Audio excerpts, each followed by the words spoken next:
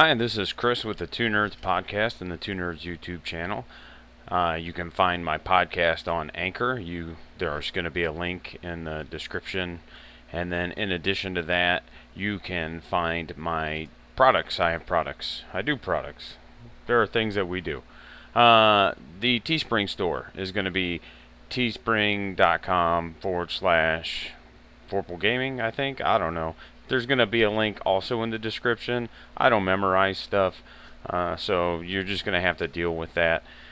I also don't really believe in cuts, so there's probably not going to be too many of them. I want you to... I like being transparent, so if I screw up, I want you to know I screwed up. And, I mean, I may come back and fix it later, or I may comment on it myself later and say, hey, this is a thing. But ultimately, I don't like cuts, mostly because it hides transparency. It does make my videos and my podcasts a little bit longer, but like if I'm hurting, you should know I'm hurting. Like, you get me early in the morning, you get me late at night, you get me for who I am. So it's been a while since I've done any kind of video work. We were working on some D&D stuff, and it kind of fell through the cracks, and life did what life does. But this is what I'm talking about. This is why I don't do cuts. You get to see me stumble over my words like an idiot. So what I wanted to go over today, though, was the Ork Codex. As we all know, it all got leaked over the last weekend. There's been a ton of videos talking about different things in it.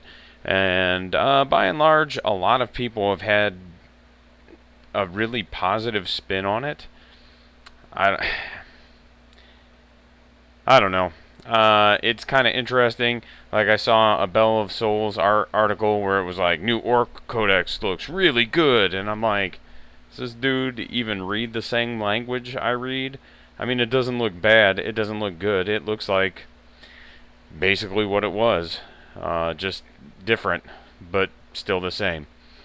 So we're going to touch on a few things that everybody's pretty hyped about. You know, everybody's on them snake bite nuts right now, and I'm about to just kind of shit on everybody's Cheerios about that and why I don't think it's that strong.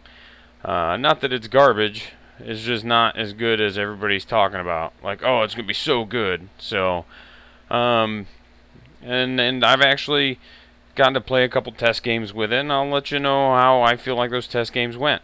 So, one of the first things I want to talk about, and we're just going to kind of go linear through the codex. I'm not going to go through every data sheet, but there might be some brief pauses while I kind of look through some things. But one of the first things I want to talk about was Detachment Abilities.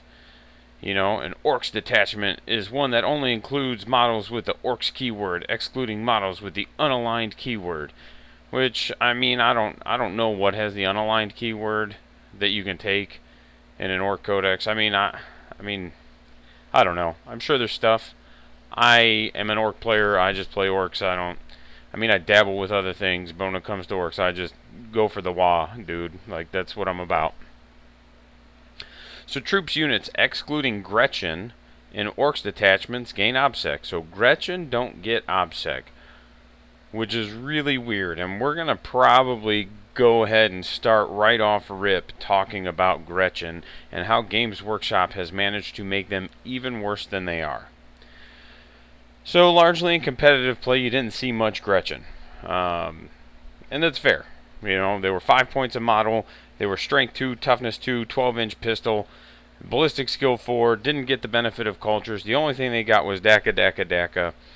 By and large, like, they were just a pointless unit. Couldn't use most of the stratagems in the codex, with the exception of, I think, Grot Shields might have been the only one. There is a culture you could use in the last edition. You could, what's that? There's a Gretchen specific one. I don't remember what it's called. It was actually pretty cool. I don't know if anybody ever played it competitively, but it was really neat. I thought it could make for some fun lists because of how it interacted with the game. I have enough self-loathing to play Orks. I don't have enough self-loathing to field an entirely Gretchen army. It's just not where I'm at with hating myself yet. So, there we go. Now, cool, man. Like, Gretchen don't get and they still don't get cultures, just so you're clear. I know we didn't get that far into it. So not only do they still don't get cultures, but they're a troop choice that don't get Opsec. Huh. And they're 5 points a model, but they're T3 now. And, yeah, their leadership is even worse than it was. So by and large, Gretchen just got beat with a Nerf bat. And it's kind of silly because they didn't need it to begin with. Nobody was fucking running them, Games Workshop. Calm down. You don't have to club this baby seal to death. It's okay. Nobody's still gonna run him. You've mission accomplished. So yeah, I just wanted to touch on that. Like you'll see him in friendly games, you know, like narrative stuff, I'm sure. But even in those narrative things, they'll probably have something worked out to where the Gretchen get to do a thing rather than just sit there and get blown off the board for no reason. Alright, so one of the neat or cool detachment abilities that orcs get is called Specialist Labs. Like little pups. Lads. So what a Specialist Lad is, if you remember from Psychic Awakening, orcs didn't get the custom cultures like so many other factions got.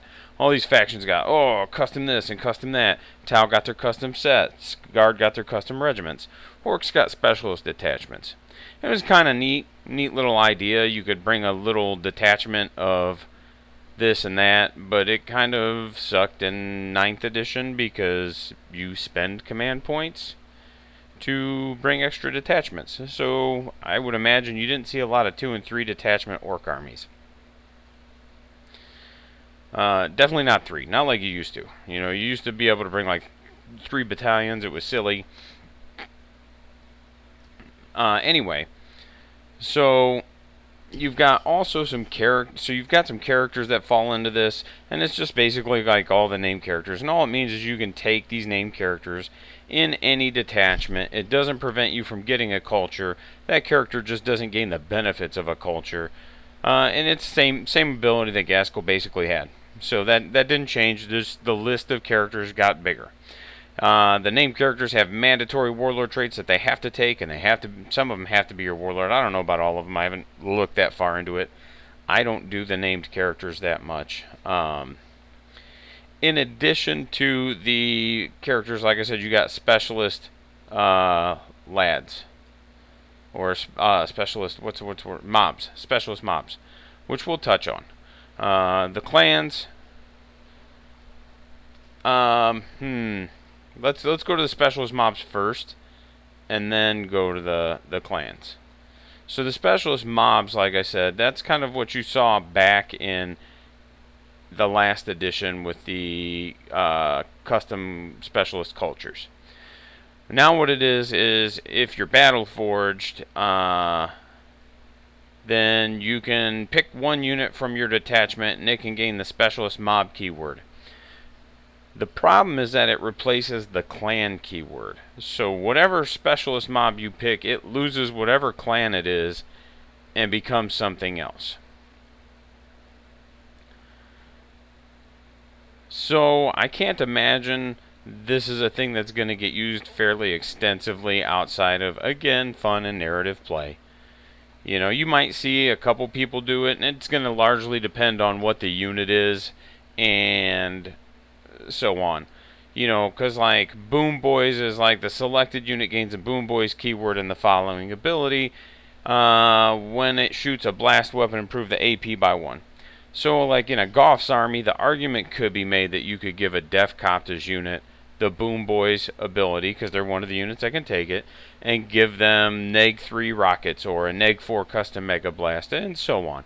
So like they may see some play, but the fact that it replaces the clan culture, I think, is gonna really limit how often, depending on the culture. You know, there's a lot of caveats there. You know, like Big Krumpas, Def Dreads gain +1 to hit. It's not just Def Dreads, but it's kind of like the old Tin Heads. So again, like in Snake Bites, makes sense. Death Dreads are probably not going to see much, or they're not going to be able to take advantage of the Snake Bites culture. So if you wanted to run a Death Dread in Snake Bites, it would make sense to make it add 1 to hit rolls, because it's by and large not going to use Snake Bite stuff. Keep in mind that it will also prevent anything that centers around your clan from giving it a bonus, because it no longer has the clan keyword. So that's kind of what specialist mobs are. It's a quote-unquote free upgrade.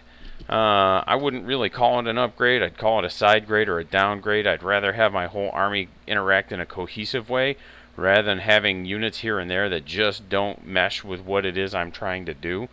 Again, I'm not saying they don't have a place. I'm just saying for the way I play, it's not going to work, and I don't personally see it as a useful tool. It's just not going to be something that I'm going to play around with too much. Before I knew that they replaced the clan keywords, there were a couple that I thought would be really good. But then once I found out that they got rid of the clan keywords, it was just like, oh, well, why would I do this? This is not as good. So from there, we'll go into the cultures. And the first one I want to talk about, so there's a handful of cultures that got an upgrade. There's a handful that got a downgrade. Goths, all it did was get better. Each time a mod, so your 6s explode instead of DACA, or DACA becomes explode, however you want to look at it. And each time a model with this culture makes a melee attack, if it charged, performed heroic intervention, +1 to strength. And it's not restricted to core or infantry, so like your Death Dreads are adding 1 to strength, your this is adding 1 to that. You know, it doesn't matter what it is, it's adding 1 to strength. The one thing to keep in mind is that according to the core rules, all modifiers are applied using PEMDAS, which is your order of operations. So your multiplication goes first and then your addition. Just, again, make sure you're doing that properly. Gone are the silliness of 8th edition where you had to figure out when each modifier was applied and apply it appropriately. No, super strong. If you're playing a fighty army, that is super strong. Again, using our DEFCOMP example, if you wanted to give it an extra point of AP for its rockets, that's cool. But if you didn't, and he stayed at Goff, those things would be strength 6 on the charge. Like, that's pretty powerful. And they swing 6 times. And I'm going to keep using DEFCOMP as an example because those things are bonkers. They did nothing but get better. I'm not going to go over their Warlord traits and their relics. I mean, they're Warlord traits and relics. Like, by and large, there's some good ones, there's some bad ones. Okay, I just want to look at how the whole army overall interacts. Bad moons got worse. They got worse. Add 6 inches to the range characteristic of DACA and heavy weapons, and then wound rolls of 6 improve the armor penetration characteristic by 1. So the reason I say they got worse is because they used to just reroll hit rolls of 1 in the shooting phase. It's interesting that Games Workshop has said they're trying to limit the number of rerolls that armies have access to, and then we get, you know, chapter masters, and we get succubi, and we get all these different the overlords and the lords for Necrons. All these different armies have rerolls. And then as I cruise through the Ork Codex, there's no rerolls. I mean, there's probably a couple here and there, but by and large, what limited access to rerolls there was has been stripped away. So really, what I hear is if you don't play power armor, you're gonna have limited access to rerolls. So the Warlord trait, we don't need to worry about. Like I said, add 6 inches to the range of DACA and heavy weapons. Don't get me wrong, that's not bad, because rockets at 30-inch range is actually really solid. Because rockets went to heavy, which is kind of ass, but the upside to that is that pretty solid when you are adding 6 inches to the range of them and putting them on DEFCOPTAs, exactly. So, because each DEFCOPTA has 2 rockets, so each one puts out 2d3 rockets. So a unit of 5 puts out 10d3 rocket shots. They're silly. The reroll, wound rolls of 6, improve AP by 1. It's unmodified, so there's that. And it's only for ranged attacks. So there's that. So it's just an interesting interaction. The extra AP is nice, especially in an army that doesn't have a ton of it in the shooting phase. It's like, I don't know, orc guns are super weird because they're either really stupid or they're really bad, and there's just not really anything in between, and that's fine. And it seems pretty orky to just kind of have some random dice do some random things. DACA weapons, I'm sure everybody's heard about it. I'm not going to hit on those too much. It's basically your army can't advance and shoot anymore, but you get more dice because we did away with your core mechanic of DACA, DACA, DACA. That's it in a nutshell. Evil Sons, I actually just watched a video, and I'm not going to call the dude out, but he's a very prominent orc video maker, and he was talking about how good it is, and that guy's a not smart human being, because it only got worse. You add 1 inch to the move characteristic of models, and then 2 inches if it's a speed freak, and then you add 1 to advance rolls. And then they don't suffer the penalty incurred for hit rolls firing assault weapons in the same turn in which their unit advanced. So, newsflash, most of the assault weapons moved to the DACA guns, so that's affecting a lot less weapons than it did in 8th, and no longer do you get the +1 2 charge rolls. So, to the genius who said it was really good on the internet, hey guy, do you even work? I don't know. It just seems silly to make that claim because it's one of the cultures that got brought down, not up. It's not like the Goths who went up or the freebooters. And that's actually, we'll get to freebooters in a minute. Snake bites. Now, I know Games Workshop said they were going to get rid of army-wide feel no pains, so I understand them moving away from it. And I didn't know how they were going to approach this or affect this. I really didn't. So it's kind of interesting to see.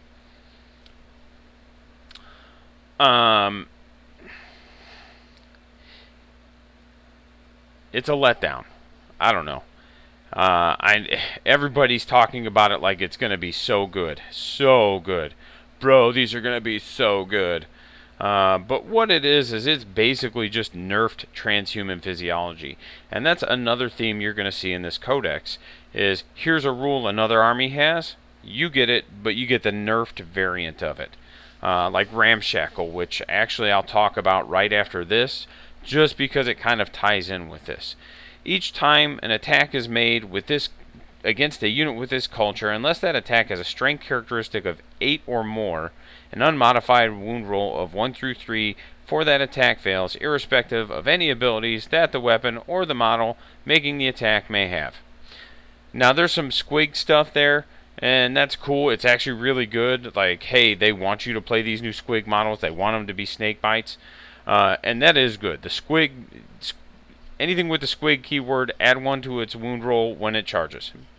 Super good. Not going to dispute that.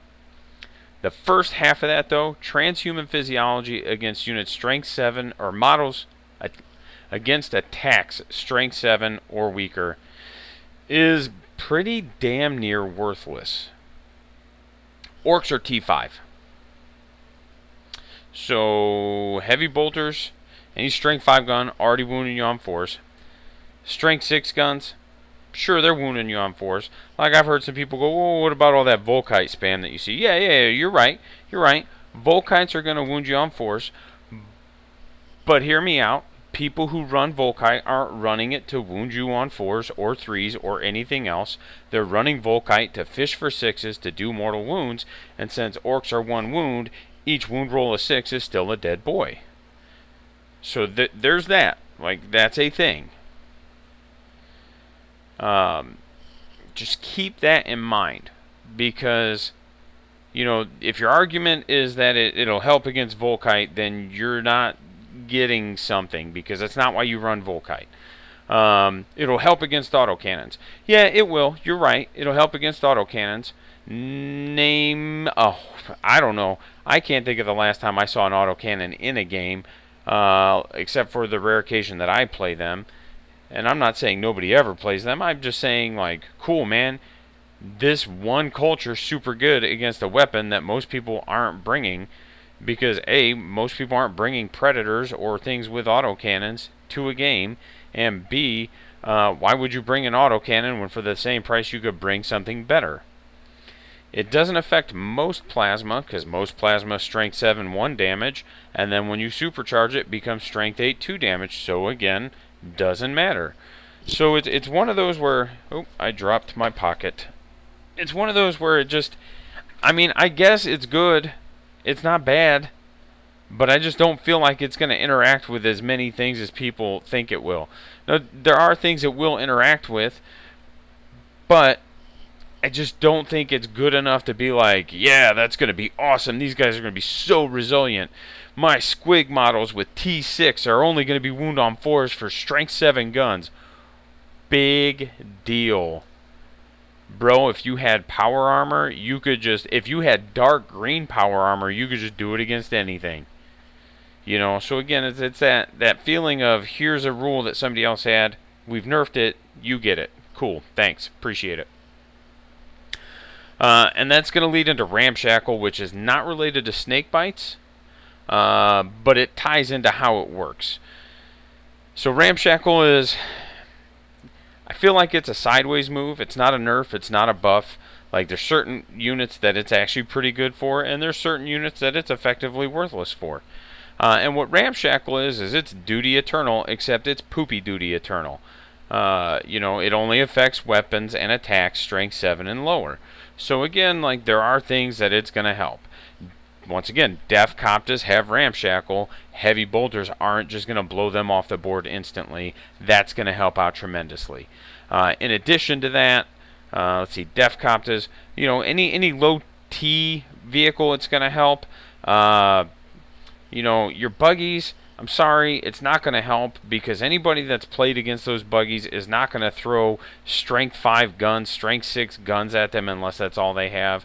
Anybody that's played against those buggies is just going to dick them off the board with las cannons, meltas, and anything of that nature. How do I know this? Because I play buggies and I get them dicked off the board with las cannons and meltas. And if I were playing against buggies, I would dick them off the board with las cannons and meltas. Why? Because they only have a 4-up save, and they're just going to take all that damage, and there's nothing you can do about it. If I'm going to hit them with plasma, I'm going to supercharge that plasma. If I'm hitting them with Volkite, guess what? I'm still just fishing for mortal wounds, so it doesn't matter.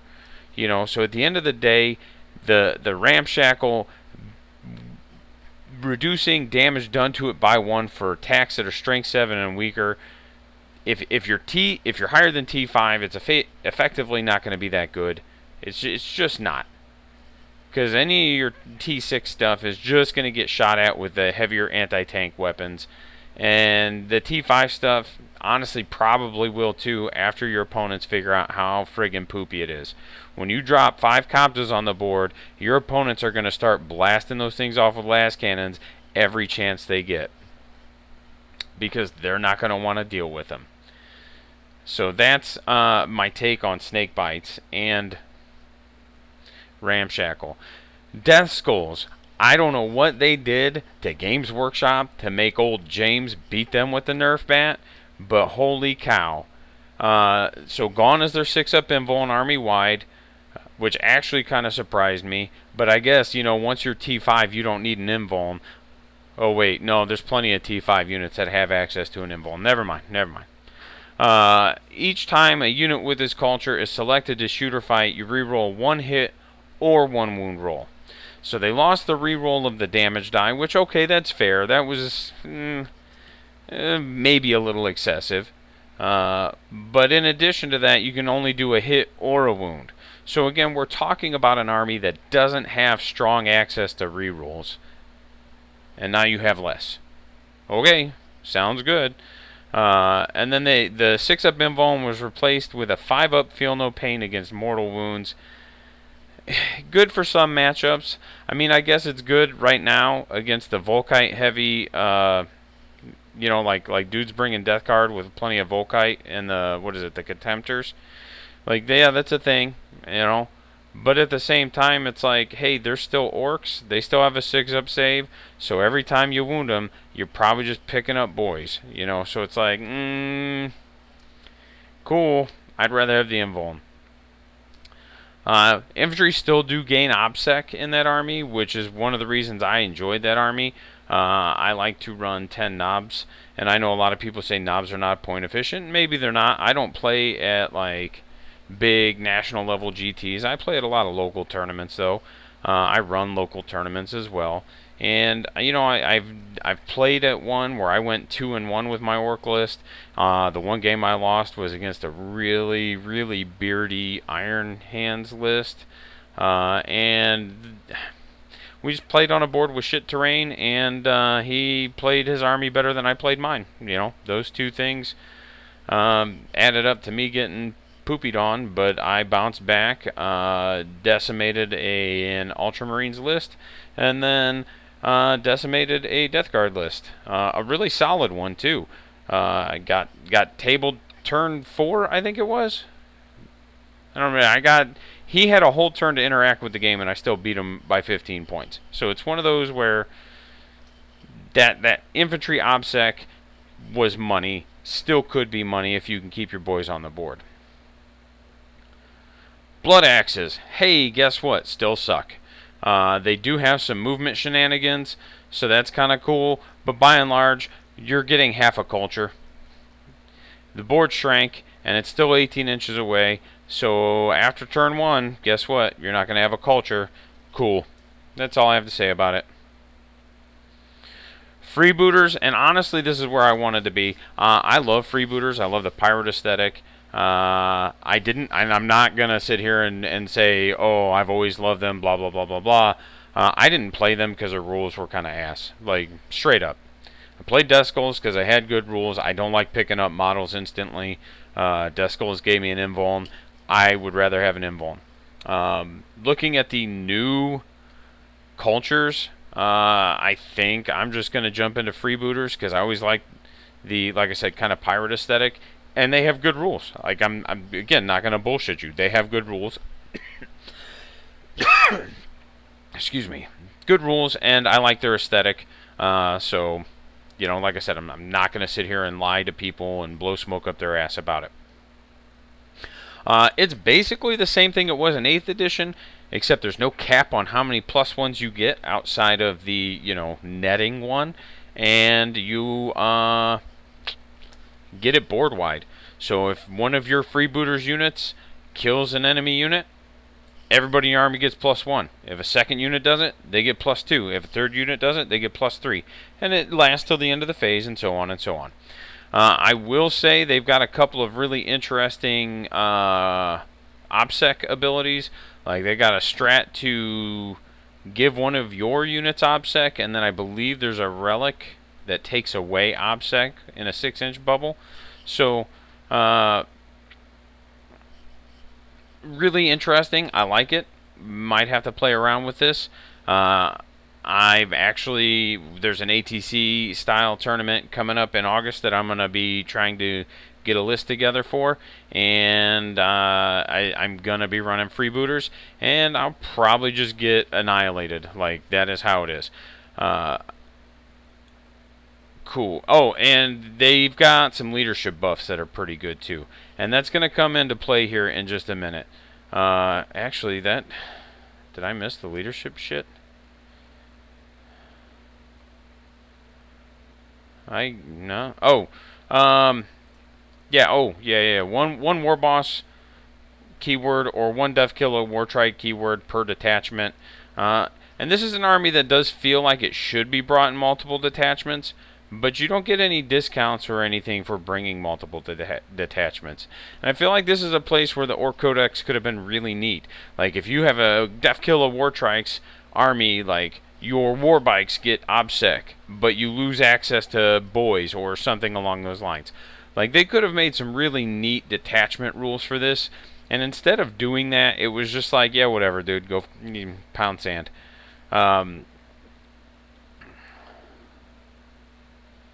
You know, so the leadership, the mob rule is, yeah, it's ass. So again, historically, orcs have had mob rule where their leadership is equal to the number of boys in the mob.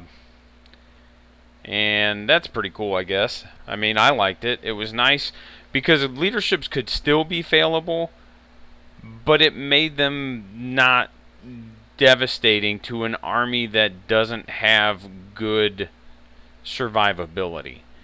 You know, you relied on bringing buckets of models, or you relied on invulns, you know, and not even good invulns. You relied on 5-ups and 6-ups, like buckets of models. So it was nice to know you weren't just losing models in leadership after losing models in shooting. So now what it does, though, is if your unit's within, I think it's 6 inches, of a unit that isn't under half strength, then that unit counts as not being under half strength. So it doesn't ignore combat attrition modifiers, but it effectively ignores the combat attrition modifier for being under half strength if you're within 6 inches of a unit that's not under half strength. One important thing to note is that if you're within 6 inches of a war boss that's a one-person unit, it is never under half strength. It is either there or it is dead. So just a thing to remember is that the size of your units is important. Yeah, so that's what it does. Feels really shitty when you've got a leadership, 6 orc with a leadership 7 knob, and your war boss doesn't give the D3 mortal wounds auto pass morale anymore. It's a 1. No, it's probably 2. It's probably 2 command point strat. I forget which. So it's a core rule that got stripped away and turned into a strat, which is another theme that you're going to see with this army. And there's roughly 35 to 40 stratagems in this book, and most of them are 2 command points. Also doesn't feel good. You're basically just going to be playing old Warhammer. You're going to be just rolling dice, and whatever happens, happens most of the time. Again, I could be wrong. Might be different once I play some more games with it, but this has generally been my experience with it. Custom jobs, not even going to bother talking about them. Most of them are booty juice and not worth talking about. Mostly because they cost more points, which isn't a bad thing. But most of them just don't feel good. Like the gyroscopic whirligigs there, the Fortress on Wheels, which is just a 5-up invuln save, so it's literally the Fortress. And your battle wagons already have a 3-up save now, which actually that's nice, but we'll get into that later, or maybe we won't. But Fortress on Wheels, you're paying 20 points for a 5-up invuln. Which, okay, I mean, that's not bad. But you're already paying 200 points if you're taking a Bone Breaker, for example. So it's like, I don't know. The Red Rolla, instead of just getting a flat 6 attacks, is D3 plus 3. So, I mean, it's a slight nerf. The 6 on the charge was better, but it's still 20 points. It's just like... some of them aren't bad. Some of them are exactly the same as they were, and some of them are just not good. There's one that gives the shock attack gun heavy 2d3 instead of heavy d6. You're always going to shoot a minimum of 2 shots, and you're going to shoot on average 4 to 5 shots. 4, I think, is the average on 2d3. So that's pretty cool. Just having a higher average number of shots with that stupid gun. I've never run one, but I guess I don't even orc. Stratagems, there's a couple neat ones. Gun Crazy Show-Offs lets Flash Gets shoot twice because they lost the D6 shoot again. Which, okay, I mean, you can basically make it happen every turn you want to now. But Flash Gets are still 27 points a model, so, like, I don't know that they're cheap enough that you're going to see them on the board again outside of, like, narrative games. Casual games. You might see them in tournaments. I mean, they're friggin' silly, and I think freebooters is going to be the way to go if you're going to run them, because they're ballistic skill 4, and if you can kill enough units, you can get those dumb things hitting on 3s. The problem is going to be that they're only 24-inch range, and they're not core, so you can't jump them with a Weird Boy. So Weird Boys did change the way they interact. They only jump core characters, which is going to be probably 60% of your infantry if I had to guess. There's a few that aren't. Obviously Flash Gets are one of those that are not core. So no jumping Flash Gets. It just feels weird. You can jump core or character, I think, are the keywords. I could be wrong on the character, but that seems right. And if it is, that's even dumber, because that means I can jump Gaskull, which I couldn't before. There's a couple of Warlord traits that really stuck out to me. I know I said I wasn't going to talk about them, but we're going to mention a couple. Art as Nails, super good. Makes your Warlord -1 to wound. And then, actually, I think that was the one that really stuck out to me. Let's see. Brutal but cunning. Each time. No, I think that was the one that really stuck out to me. There's a couple relics. That's what it was. Oh, excuse me. This is past my bedtime. Actually, here's the jump right here. Yep, it's only core. It is only core. So, not going to go over psychic powers. A couple relics that I thought were really good. The Super Cyborg body, 4-up invuln, half damage done to him. I feel like that coupled with a, what's that stupid thing I just talked about? Art as Nails. So, you know, like your war boss is, like if you've got a war boss and he's got mega armor, you know, and you can give him Art as Nails. So he's already T6, he's -1 to wound, he's got a 4-up invuln, he's got a 2-up save, and he halves damage done to him. Like, he's going to be hard to shift off a board. And that's going to feel really good. Because one of the secondaries is kind of built around your war boss doing damage, but the problem is that, like, they still get picked up, man. So, there's also the Crushing Armor, which gives Mega Armor models a 4-up invuln and adds... It's a Storm Shield for Mega Armor. And then it just, like, on a 2-up, it does a D3 Mortal Wounds after it makes a charge. Like, whatever. There's some Mortal Wound stuff. I'm not... Again, this is personal preference. I'm not a huge fan of the Mortal Wound stuff. That shit's for AOS. Keep that shit over there. But... You know, I understand that that's just how some armies are going to be interacting with the game, and that's okay. It's just not my cup of tea. That's all. The Dead Shiny Shooter looks bonkers. It's a DACA gun, 18-inch range, and I spent a command point. So they do get the command point stratagem for extra relic, extra warlord trait. My tournament list has got a big mech with a Dead Shiny Shooter on it. I'm actually in the process of building them now. It's a DACA gun. Big mechs are also ballistic skill 4, but we'll get to that maybe. We're getting kind of long here. DACA guns, DACA 14, 10, so it's 10 in full range, 14 under 9. But it's strength 5, neg 3, 2 damage. That thing will shred. 14 shots, and again, playing freebooters, you can get that dude hitting on 3s if you time it right. That gun will just shred. Scorch Get Bones, cool man, Psyker model only, can be taken by a Psyker vehicle. Adds 1 to Witchfire psychic powers. Witchfire is just a keyword that some psychic abilities have. That's all. And then a 4-up Feel No Pain against perils. Cool. So no longer do you not get the +1 to your psychic test for every test. You get it for one thing. Like, I don't know.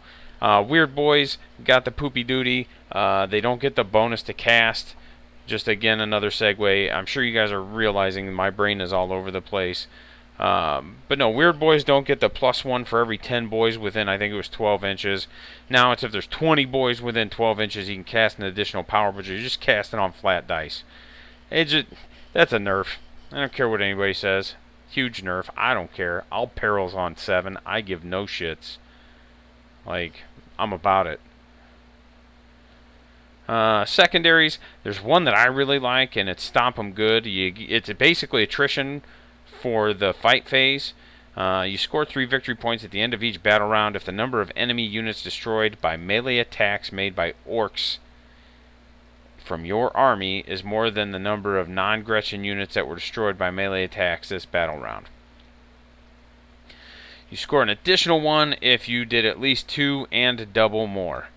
So, like playing Tau, for example. I played a game with Tau yesterday. I think it was yesterday, day before, somewhere, whatever. Played a game with Tau with the new rules.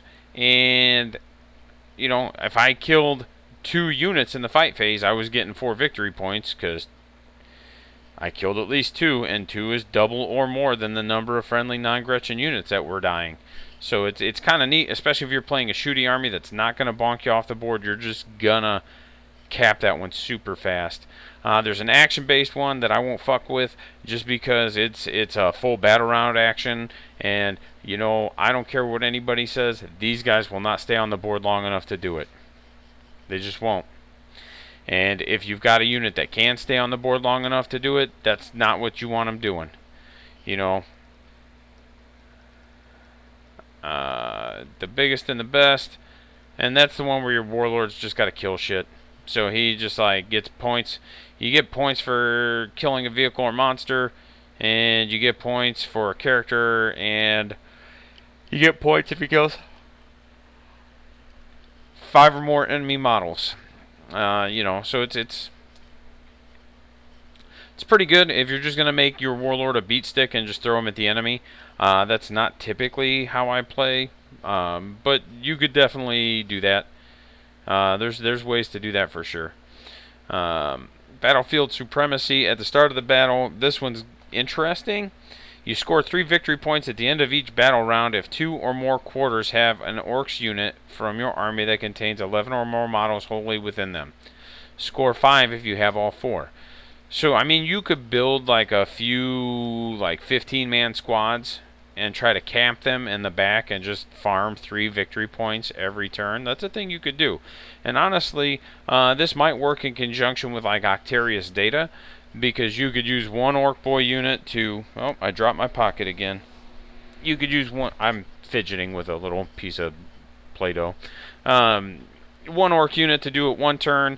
I like to throw Storm Boys or Commandos or something into Deep Strike and try to... And they're just min squads. I try to like get them in that corner and get them that way. And then, you know, if you can keep your boys alive long enough... Like, that might be a good combo because you're basically going to try to double up on your points that way. You're not going to get the 5-point running it the way I do, but if you can keep your 11-mans, your 15-mans alive long enough, you'll be alright. You know, that's one I think you have to plan around is the main thing.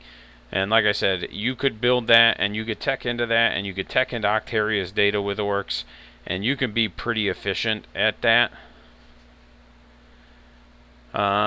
Here we go. Data sheets. DACA. Weapons. Yeah, we already know about that. Beast Naga just explains the Beast Naga keyword rule. Ramshackle, the poopy duty. Here we go. You can reroll charge rolls made for units with this ability. So I kind of expected this to happen. You can't reroll either or dice. Now it's you reroll both of them, and then it's a command point to reroll one of them. So again, here's another sample of core rules being stripped away and made into a stratagem. Again, I expected this to happen, so I wasn't really surprised. A lot of the other, I shouldn't say a lot, the few other armies that had similar abilities, definitely they went away. The core stratagem reroll, you know, changed, so. Yep, it is 6 inches. Here's the mob rule. Cool. Alright, you ready for those sweet, sweet Orc turn-based bonuses that they get for 2 turns? That's right. They're not bad. It's just your timing, and it just feels really flaccid after all these other armies have these really cool turn-based bonuses that interact in different ways. You know, and I don't care what anybody says, they all have good turn-based bonuses. Whether you know how to use them or use them is on you. Any army that's come out with any kind of turn-based army-wide bonus, they've been good. You know, the pleasure from pain or whatever it is for Drukhari. By the end of the game, they got a 5-up invul. I'm like, get out of here. That's super good. You can declare a wall or you can declare a speed wall once per game. That's all it does. As long as your war boss is on the board or in a transport that's on the board, he can declare a wah. And then that's Orcs, core, and character units from your army can advance in charge. So, you know, an inherent rule that the war boss had was stripped away and turned into a 1-turn bonus. Cool. Super cool. And then you can add one to the attacks characteristic of Orcs models from your army. So this one's good. I mean, it's all models. So again, like if we go back to Defcoptas, because they're fucking bonkers, you know, it's one of those where they are super good. And so each one of their, when you fight with their weapon, they make 3 hit rolls for each attack. And they're 2 attacks. So normally they're swinging 6 hits, but when you declare a WA, they actually swing 9 hits. And again, if we go back to Goffs, they're going to be +1 AP, or no, +1 strength on the charge and 6 as explode. So they're going to be 9 attacks at strength 6 -1. Super good, you know. And then, so that's the first turn that you call the WA. And then the second turn is add 1 to the attacks characteristic of Orc models in your army. Super good, yeah. Like, the +1 attack is good. It just feels kind of shitty that, you know, I would get, as an Orc player, my army-wide turn-based bonuses only applied for 2 turns. Okay, sounds good. And then the speed WA, you know, the big race. Orc models from your army do not suffer the penalty incurred from their hit rolls for firing assault weapons in the same turn in which they advanced. Each time an Orc's vehicle or Orc's biker model from your army shoots with a DACA weapon, make 1 additional attack with that weapon. So that's a really interesting interaction there. They ignore the penalty for shooting assault weapons when they advance. So they get the Evil Sun's culture ability. Huh. But their DACA guns do get an additional shot. But you still can't advance and shoot DACA guns. Okay. Pretty good, I guess.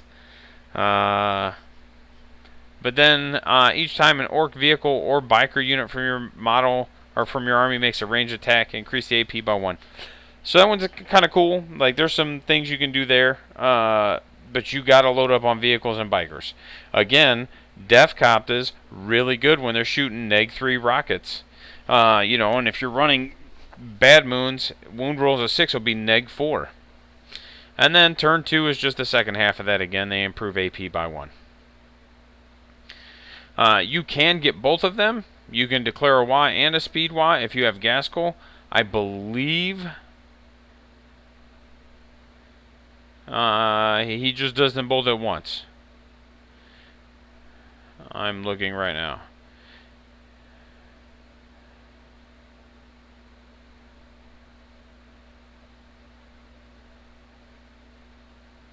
Yep, both are active from when a Great Wa is called, and each stage starts and finishes as described above.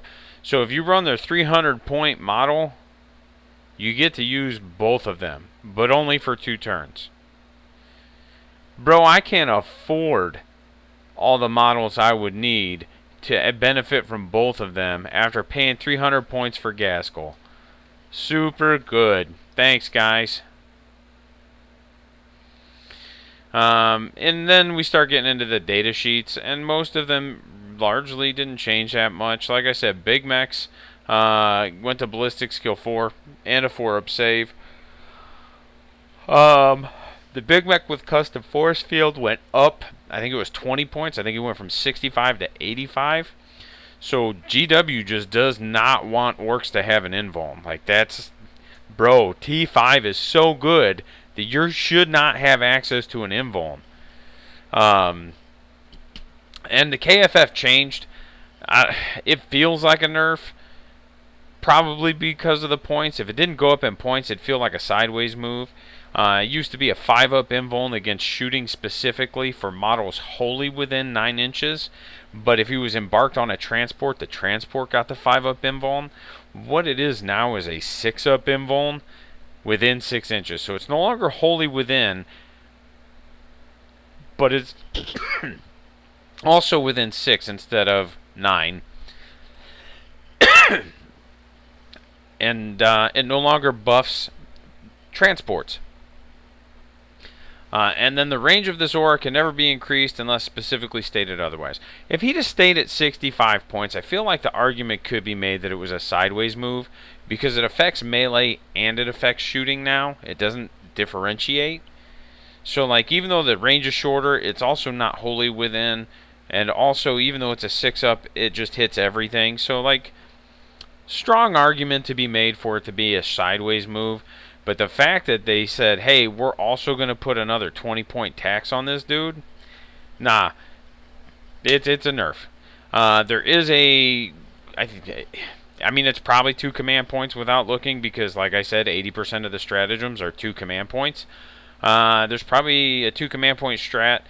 What it does is it increases the range to 9 inches. Again, not wholly within, but just to 9 inches. I believe it's until your next command phase. I want to say it goes from command phase to command phase. The downside to that, and I could be wrong on the duration, but the downside to that is once that KFF is done, it's done. And it goes to 5-up. So it's 5-up for a turn at 9 inches. But then that KFF is done. It just stops working for the rest of the game. So for 2 command points, you can get access to old rules for 1 turn, and then you lose both the old rules and the new rules. Okay, sounds good. Real good rule writing there, guys. Super good. You know, by and large, like I said, a lot of the data sheets didn't change a ton aside from going up to T5. You know, bikes. Oh, bikes. Bikes got super good, actually, because bikes, you know, they got their -1 to hit back. So the rule that they took away and made a stratagem for 8th edition got given back as a rule.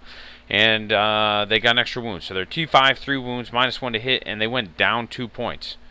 That must mean there's a new bike kit coming at some point, because I can't imagine they gave them good rules intentionally.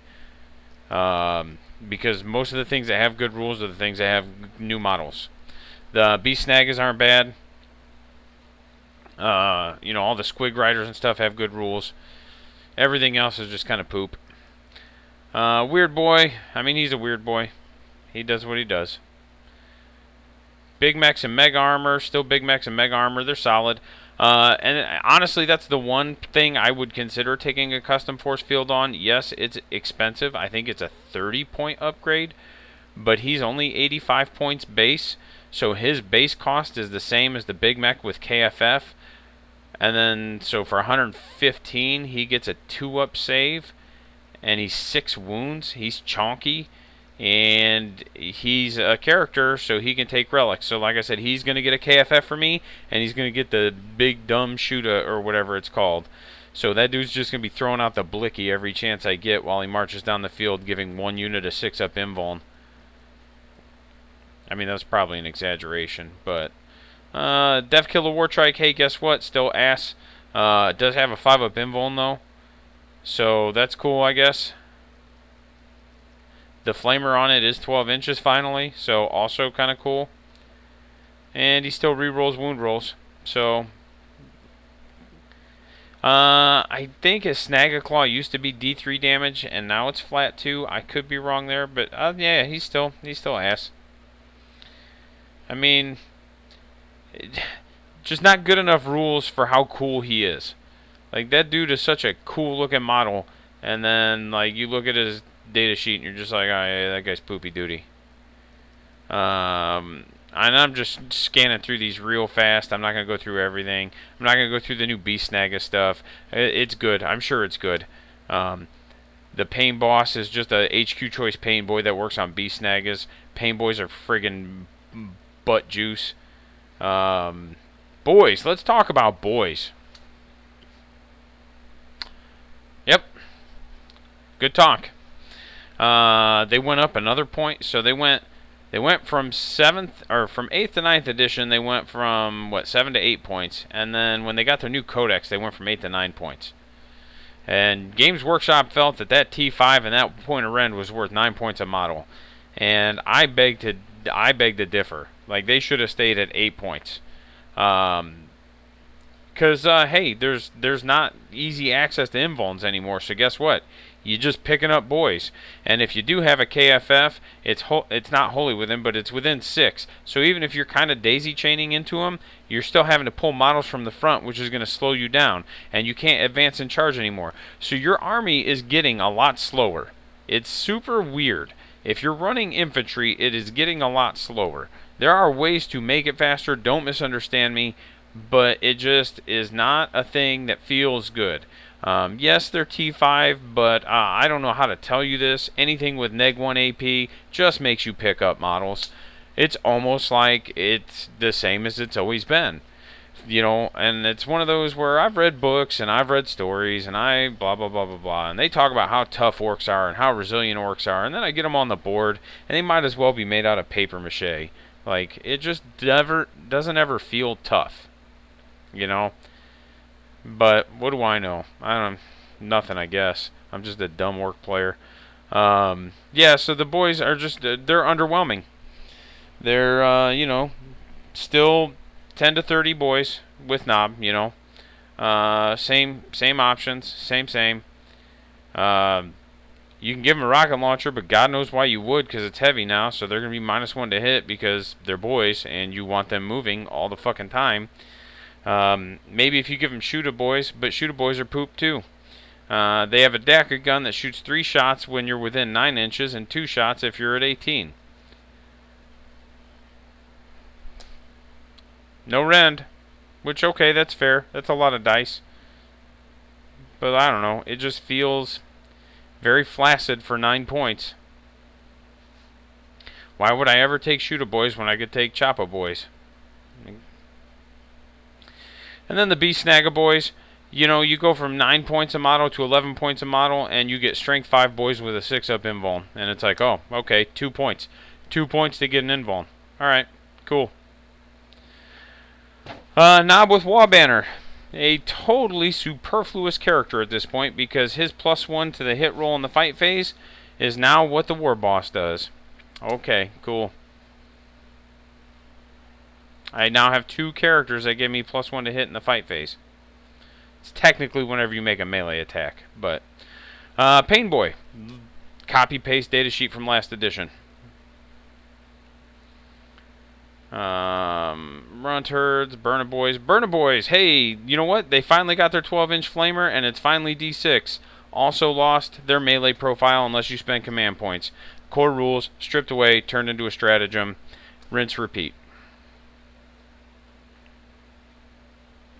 Mech. I don't think I've ever seen somebody run a mech instead of a big mech. I'm sure there's a reason to. He does have a pistol. I don't know. Just cool. I don't know. Never seen somebody run one. Tank Busters. Neutered. Rockets are heavy, and they don't have reroll hit rolls against vehicles. They have add 1 to hit rolls against vehicles. So they're effectively going to be hitting on their ballistic skill unless they don't move with their 24-inch rockets. This is a unit that needs to move.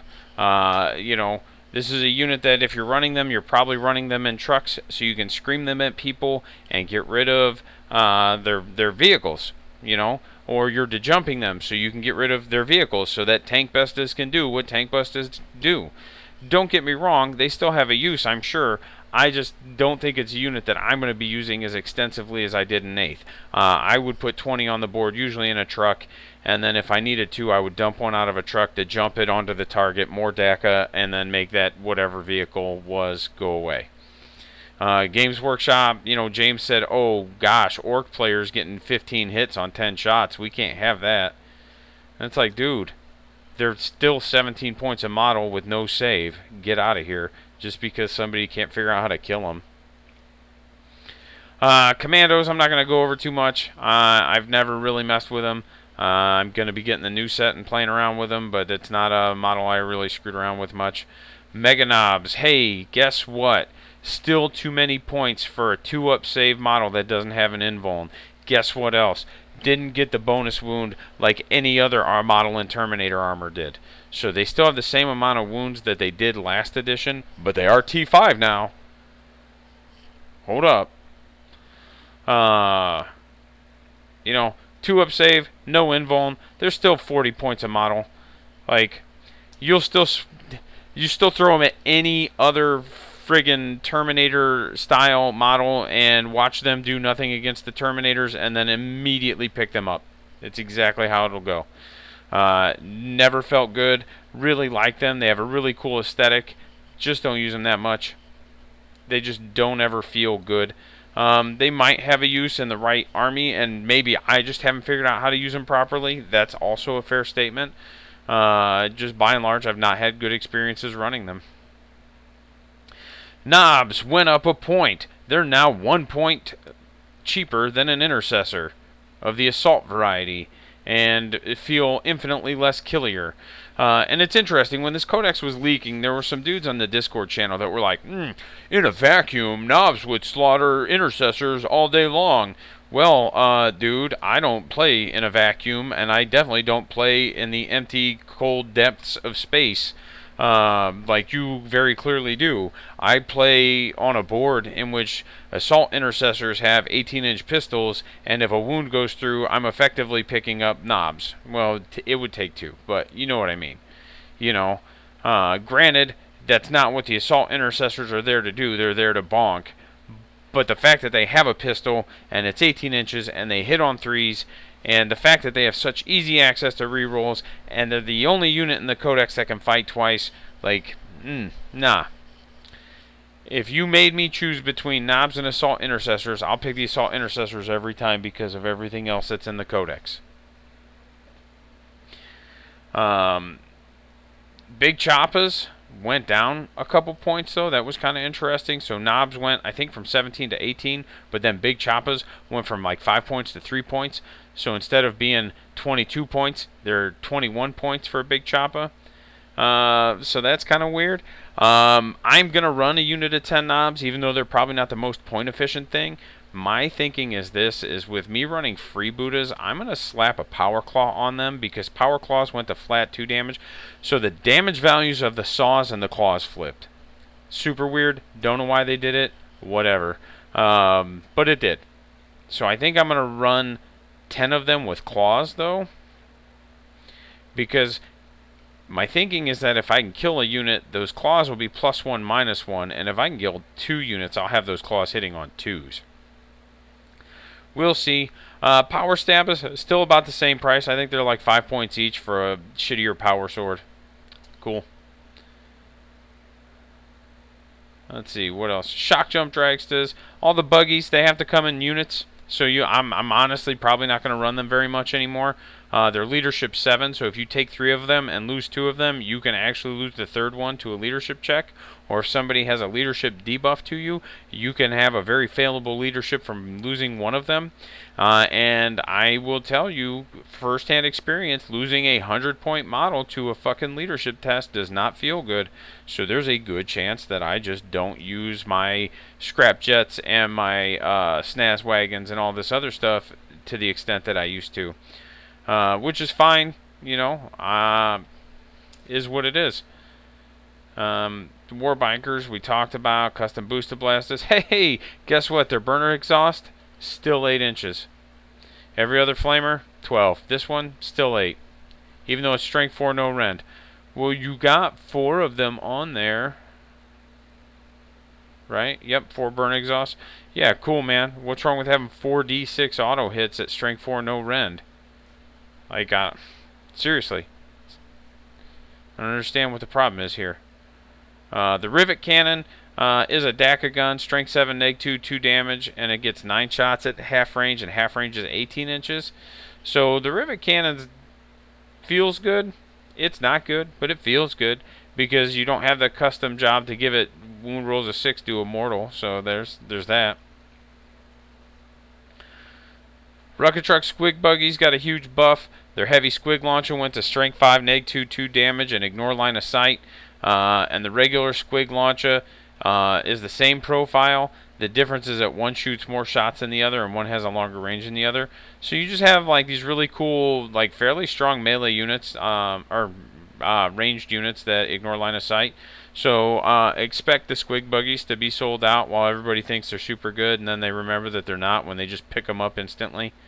Oh, a las cannon. Oh, that doesn't stop. My Ramshackle doesn't affect your melta. Oh fuck. Like, whatever, dude. Store Boys went down a point. Stayed the same. Like, I like min squads, 5-man Storm Boys for Octaria's data. Especially again when I was running the Death Skulls, having that Opsec because if they didn't die instantly, I could get them on an objective in the backfield and snag it from another player. That's actually how I beat that Death Guard player, was that I just outmaneuvered him consistently, and it didn't feel good doing it, but I would just march a unit up to an objective because he had a lot of Terminators and be like, that's my objective, and then I wouldn't charge him, and then he wouldn't score primaries, and he would have to charge me to clear it off, and then I'd just do it again. And I spent basically half the game not interacting with the game just so I could score points. It's good rules design. Super good rules design. Def Copters, we've already talked about. Those things are silly. Super good. Mech Guns also have to be in a unit, and they're leadership 4, so yeah. Why would you ever take one? Moving on. Battle Wagons, yeah, we talked about those. Bone Breakers, still good. 3-up save. Probably a little bit expensive on the point side, but they bring the bonk. Killer Cans, might as well just continue to not use those. Still don't get cultures. Still about 50 points a model after you get them kitted out. They do have weapon skill 4 now though, and then all the weapons got consolidated into like the Can Claw, which fights at strength 8, neg 3 damage. So yeah, I mean there's a lot of stuff there, but they add 1 to their attack, so they get 4 attacks. And then yeah, I mean whatever, dude. They're still ass. Ludas still ass. Their Luda gun became Daka gun, but it's still strength 7, neg 1, 2 damage, and it's still it's 3 shots. I mean, there's probably a place for them. Don't get me wrong. There's probably a way to use them to where it feels good. I just was not impressed. I ran a 10 brick of them and it was just like, eh. Def Dreads, whatever, dude. Like, they're good. Problem is that you're going to pick them up super quick because nobody's going to shoot at them with anything strength 7 or lower because they're T7, and everybody's going to dick them off the board with Meltas and with, las cannons and dark lances and cyclic ions and anything strength 8 or higher that every army has access to. So, yeah, you're just going to pick them up. So, Ramshackle, cool, man. It basically means that the stupid little plinky weapons that they would occasionally throw at your stuff will just get thrown at the boys instead, and you'll still catch the big, heavy anti-tank, anti-vehicle stuff. That's all it means. Flash Gits, lost the shoot twice. Other than that, I think it's the same profile, and down 5 points. I love Flash Gits. I think they're super cool. I've had 10 of them for a while. I would like to get more. Not because I want, like because I need more, but they're just cool. Trucks went up 5 points, man. They're almost the same cost as a Rhino. Feels real good. Ramshackle, I mean, they've largely not changed. They're still T6, 10 wounds. Still hitting on 5s across the board. They're still trucks. They're just 70-point trucks instead of 65-point trucks. The Daka Jet got pretty good, actually, getting into the jets. Because a Super Shooter is a 6.4 Daka gun instead of just Assault 3. And it has 4 of them, and you can take 2 additional. And it's 36-inch range. So within 18 inches, it's going to get 36 shots. It's pretty good. And that's just base before any kind of buffs. Wazbomb Blastajet, I don't know how many points that thing is. I have one. I fucking love it. It's dumb as hell. Smash-A-Gun no longer ignores transhuman physiology because, good lord, heaven forbid you have something that's good. And that's about it, man. Like, it's a Blastajet. Morkanauts are Lords of War. I think they went up in points too, but I wouldn't swear to that. So again, like, cool. Glad I have one. Stampas went down in points. I've never played with one because I hate the way they look. Mech Boy Workshop, still effectively useless. Still cool looking. And then you got Big Ed Boss Bunka, which, I mean, it does a thing. I don't know. I don't know what it does. But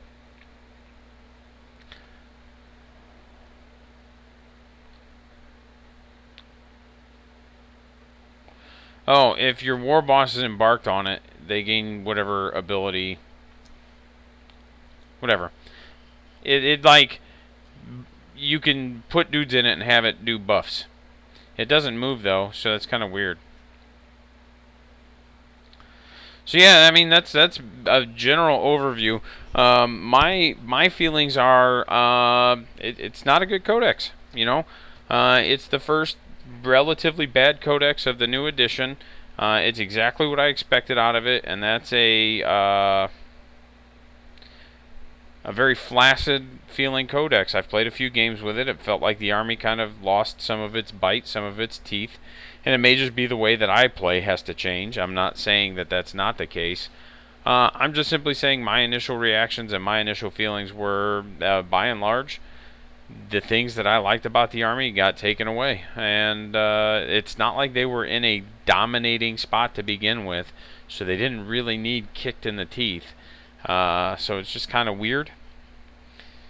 And again, it's not that it's bad, it's just it feels like they just have a lot of shittier versions of what other people already have. So, alright. But let me know what you guys think. Maybe I'm overreacting. But like I said, I've played a few games and that's how I feel. So let me know what you think. Drop a comment in the comments below.